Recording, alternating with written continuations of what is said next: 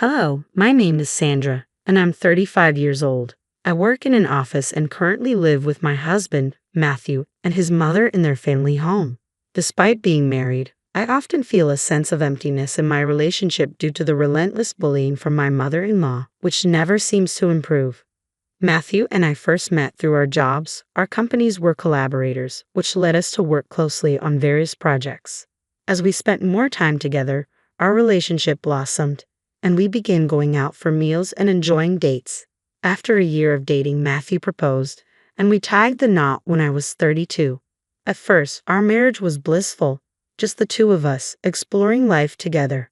I had yet to uncover Matthew's true nature. We both had thriving careers, allowing us to indulge in luxurious weekends filled with trips and gourmet dining. I envisioned a future brimming with beautiful memories. However, everything changed dramatically 3 years into our marriage when Matthew's father fell ill and passed away unexpectedly. Overwhelmed by grief, Matthew suggested we move in with his mother. I was taken aback by this idea. While I sympathized with her loss, we had only been married for 3 years, and I cherished our independence as a couple. In the wake of these events, my relationship with my mother-in-law soared. Her treatment of me became increasingly harsh, making our living situation unbearable. In an unexpected twist, she handed me divorce papers, claiming it would be best for everyone if Matthew and I separated. Confused and heartbroken, I decided to take a break and stayed with my parents for a month to gather my thoughts and seek advice from my father. During this time, I took the difficult step of filing for divorce. My decision felt right, but soon after, my mother-in-law began bombarding me with calls, begging for forgiveness and admitting her mistakes. This period was incredibly challenging, forcing me to reevaluate my relationships and the direction of my happiness. As I navigated these turbulent waters, I learned the importance of setting boundaries and prioritizing my well-being amid familial pressures. Matthew expressed a strong desire to remain close to his mother after his father's death, feeling a deep responsibility to care for her as her only son. And her only son, he often said, "So I feel like I need to take care of her as much as I can," he told me, his voice heavy with a sense of duty that was only intensified by his regret for not being more attentive to his father before he passed away. Watching Matthew grapple with the weight of his father's death, I felt compelled to support him, even though I had reservations about moving in with his mother. Soon, we made the transition to my mother-in-law's house. Upon our arrival, she expressed her relief with warmth. "It's good of you to be here," she said, beaming at Matthew. "You don't have to worry anymore now that we're here," he reassured her. Her response was filled with gratitude. "Thank you, dear. I'll take care of you both from now on." While Matthew appreciated her words, I sensed a chill in the air whenever I was involved. After settling in, we joined my mother-in-law in the living room, where she had prepared an array of treats from her bakery featuring her beloved almond paste. Matthew's eyes sparkled with childlike glee as he praised the delicacies, and for a moment, I couldn't help but share in his joy. However, the atmosphere shifted when my mother-in-law turned to me, her expression icy. "Sandra, are you all right? Why do you look so lost?" Her tone was brisk as she suggested we make some coffee to accompany the pastries. As I fumbled to find the coffee supplies, she remarked snidely, "Where are the coffee pots and things? You're so useless, aren't you?" She gestured toward a cluttered shelf, adding with a dismissive tone, "Oh, look, they're over there where the wife's stuff is." Her comment stung, especially since it was unfounded. I had always done my part to help out, yet she seemed determined to portray me otherwise. This interaction served as a stark reminder of the challenging dynamics in the house, reinforcing my doubts about our decision to move in. Before my husband and I made this choice, we often visited his mother's home. Whenever I attempted to help around the house, she would insist, "No need, just sit down," effectively barring me from the kitchen. It was clear she had specific ways she preferred things done and didn't want anyone disrupting her system. Eventually, I stopped offering to help, thinking it might ease the tension. Unfortunately, this only made matters worse. She continued to snap at me unexpectedly, which felt incredibly unfair. After one particularly sharp rebuke, she fixed me with a stern gaze and demanded, "What's with that look? Do you have a problem?" Not wanting to escalate the conflict, I silently hoped my husband would intervene. I glanced over at him, seeking some support, but he was absorbed in his phone, seemingly oblivious to the discomfort his mother was causing me. It was frustrating and hurtful that he didn't seem to notice, let alone address the situation. This tension was only the beginning of our difficult living arrangement.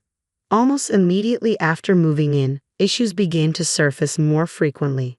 One morning, she barged into our room, exclaiming, "Hey Sandra, why are you still sleeping?" I glanced at my phone, surprised to see it was only 6 o'clock a.m. I replied, slightly confused, "It's only 6 o'clock in the morning." Unfazed, she retorted, "So what? You should be up making breakfast and preparing Matthew's lunch. And don't forget, you're supposed to clean the bathroom every day." Her expectations startled me. I typically didn't make lunch for my husband since we often skipped breakfast due to not being morning eaters. Moreover, cleaning the bathroom before heading to work felt impractical and exhausting. The demands of waking up early to complete all these tasks seemed unreasonable and overwhelming. As I hesitated to respond to my mother-in-law's early morning demands, she grew increasingly irritated, questioning my capabilities and upbringing. "Why are you just standing there? Hurry up. What kind of upbringing did you have to become so useless?" Her harsh words cut deep, igniting a mix of anger and determination within me. In response, I resolved to meet her expectations head-on. From that point forward, I began waking up at 6 a.m. every day, preparing not just basic meals but also more elaborate dishes for breakfast and lunch for both my husband and me. I made it a point to keep the bathroom impeccably clean, and to my surprise, I found a sense of satisfaction in maintaining a spotless space. It felt good to create an inviting environment. My husband noticed my efforts and often expressed his gratitude for the meals and the cleanliness. However, despite my increased efforts, my mother-in-law's attitude did not improve. Instead, her demands escalated. One day, she would crave Japanese cuisine, only to switch to French the next, insisting on homemade pizza and freshly cooked pasta paired with red wine from upscale shops. These requests came with the tone of a special occasion, yet they quickly became daily expectations. The most frustrating aspect was that my husband seemed to always side with her. He would instruct me to adhere strictly to his mother's wishes, saying, "Make sure you do it exactly how my mom wants," without ever offering to help. He completely disengaged from the tasks, leaving everything to me. As a result, our precious days off were consumed with preparing elaborate dinners for his mother. Moreover, she relentlessly critiqued my life choices. "You're a wife. Why are you still working? You should be at home, supporting your husband. Plus, you're getting older and your time to have children is running out. Do you realize you're almost worthless?" she asserted daily. Her words were not only demanding but deeply hurtful, causing me to reflect on her character and wonder about the kind of upbringing that shaped such a harsh personality. Her constant criticisms made me question the sustainability of living under such scrutiny and pressure. One particularly stressful day, compounded by work and the ongoing tension with my mother-in-law, my husband confronted me with an accusation. "My mom says you're neglecting the housework. Is that true? You never listen to me and always act defiantly. I used to appreciate the lunches you made every day, but now it's all frozen food," Matthew said, his voice laced with disappointment. "Do you believe what your mom says?" "Of course I believe her. Why wouldn't I? Are you suggesting my mom is lying?" His tone sharpened, dripping with accusation. "You're acting terribly as a wife. Can't you fulfill your role properly?" I was furious at his lack of understanding and support. "What are you talking about? Just look for yourself. I make homemade lunches, clean, do laundry, and cook dinner every day." My frustration boiled over. "I'm telling you to stop lying. What mom says is true," Matthew snapped, dismissing my efforts as if they were inconsequential. "You're acting crazy." "Crazy? You're such a mama's boy. What are you even saying? You never believe me or help me with anything," I shot back, the argument escalating quickly. His face flushed with anger, and our exchange marked a significant deterioration in our relationship. From that day on, home became increasingly challenging. Whenever my mother-in-law criticized or harassed me, Matthew began echoing her insults. "Hey, is dinner ready? I just got home. Hurry up," he demanded one evening as soon as he walked through the door. "You're so slow and useless," my mother-in-law added, her words hitting me like daggers. As they berated me, I muttered under my breath, "You're both failures," feeling exhausted and isolated. They then decided to go out to eat together. "Never mind. Let's just go out to eat," Matthew suggested abruptly. "That sounds good. Let's go," my mother-in-law agreed enthusiastically. I was left behind, completely excluded from the outing, a clear sign of how disconnected I had become from what was supposed to be my family. Each day, I endured insults and belittlement from both of them, making me question the viability of staying in such a marriage. Was enduring this relentless negativity really worth it? It was then that life handed me an unexpected chance to change everything. As I pondered this new opportunity, a flicker of hope ignited within me. I finally realized that I didn't have to endure the toxic environment created by my husband and mother-in-law any longer. Their usual taunts persisted, unabated. "You're worthless as a daughter-in-law. I can't fathom how my son ended up marrying you," my mother-in-law scolded, with Matthew smirking beside her, clearly enjoying the moment. Seizing the opportunity, I stood up with unwavering resolve. "I'm going back to my parents' house for a month," I announced. They both stared at me, their faces a mixture of surprise and anger. "What about the house? What if there's a fire?" my husband exclaimed, panic evident in his voice. "You're being incredibly irresponsible. If you leave, then just divorce my son," my mother-in-law shouted, her anger palpable as she yanked open a drawer and pulled out divorce papers, thrusting them at me. "Go ahead, sign them," she challenged. "Oh, Mom, you're prepared for this," Matthew remarked, clearly taken aback. "That's right, you have no choice but to obey us. If you don't like it, then get a divorce," my mother-in-law asserted, convinced of her control. "Fine, let's get divorced then," I responded decisively, surprising them both. Their eyes widened in shock at my firm stance, but I ignored their reactions and began filling out the divorce papers. "I'm done with my part, so please leave quickly," I told them, my voice steady. Matthew blinked in disbelief, unable to reconcile the woman standing before him with the one he thought he could easily manipulate. "Was that earlier just a bluff? That's lame," he muttered, struggling to grasp that I was genuinely reclaiming my life and independence. When I insisted on finalizing the divorce, Matthew's demeanor shifted dramatically. He glared at me sharply. "Don't mess around." "I'm serious," I asserted, my resolve unwavering. Without another word, Matthew snatched the divorce papers from my hands and swiftly filled in his section. He slammed the papers down on the table. "Is this good enough?" he asked, his tone bitter. "Even if you want to take it back, it's too late." "Oh well, this means it's over for you too," he declared, attempting to mask his dismay with bravado, a cold laugh escaping him. My mother-in-law chimed in my heart, "It's over for you guys." But I thought to myself, "It's truly over for you." With no further delay, I left their house and immediately submitted the divorce papers. When I returned to my parents' home, I recounted everything to my father, who was deeply shocked but promised to support me in whatever actions were necessary. A month later, my phone was inundated with calls from my mother-in-law. "Hello, what do you want?" I answered, my tone icy. "We're strangers now," she replied, her voice pleading. "Please don't say that. Matthew and I are in a difficult situation." Her words dripped with insincerity. "Oh, really? That must be tough for you," I replied curtly. Her response was predictably sarcastic, revealing the true colors of our fractured relationship. "I haven't said anything yet. I'd rather end this call. Can I hang up?" I pressed, eager to disconnect. "Wait, I have a favor to ask. Can you talk to your father?" she implored, her voice tinged with desperation. "Why should I, after everything you and Matthew put me through?"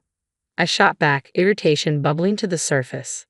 "I'm sorry about that," she replied, attempting to mend bridges. "I didn't realize your father's company is an important business partner of Matthew's." Her words hit me hard. It turned out my father ran a successful company that had dealings with Matthew's. We probably discussed this before getting married, but at that time, my father-in-law was still alive, and my mother-in-law hadn't felt the need to involve herself in those discussions. As for Matthew, it was strange that he didn't remember, but perhaps he had forgotten while siding with his mother and criticizing me. When my father decided to sever business ties, Matthew's company offered to continue the contract by letting him go, resulting in his job loss. This turn of events highlighted the consequences of their actions and how my departure had set everything in motion. Matthew had ambitious plans to remodel our family home, anticipating us living together long-term. To finance these renovations, he had taken out a substantial loan. However, with his recent unemployment, managing the repayments became nearly impossible. Up until our divorce, I had contributed my fair share to our living expenses, which had helped keep us afloat financially. Now, with the divorce finalized, Matthew and my mother-in-law found themselves in a precarious situation. Why did you feel the need to show off by remodeling the house, Matthew? You're so proud, just like your mother. I couldn't help but think as I listened to their financial turmoil. My mother-in-law reached out again, her voice desperate. Please help me, she pleaded. I apologize for my mistakes, she added, her tone weak and devoid of her usual defiance. I'm sorry, but I can't forgive you for what you've done, I responded firmly. If you're expecting me to help, it's pointless. Instead, focus on finding a job, even if it's temporary. This conversation is a waste of time, so I'm ending it now. With that, I ended the call and took the decisive step of blocking their numbers. Later, I learned that Matthew and his mother couldn't keep up with the mortgage payments and were forced to sell the house. It was a relatively new home, one that could have comfortably supported my mother-in-law through her retirement.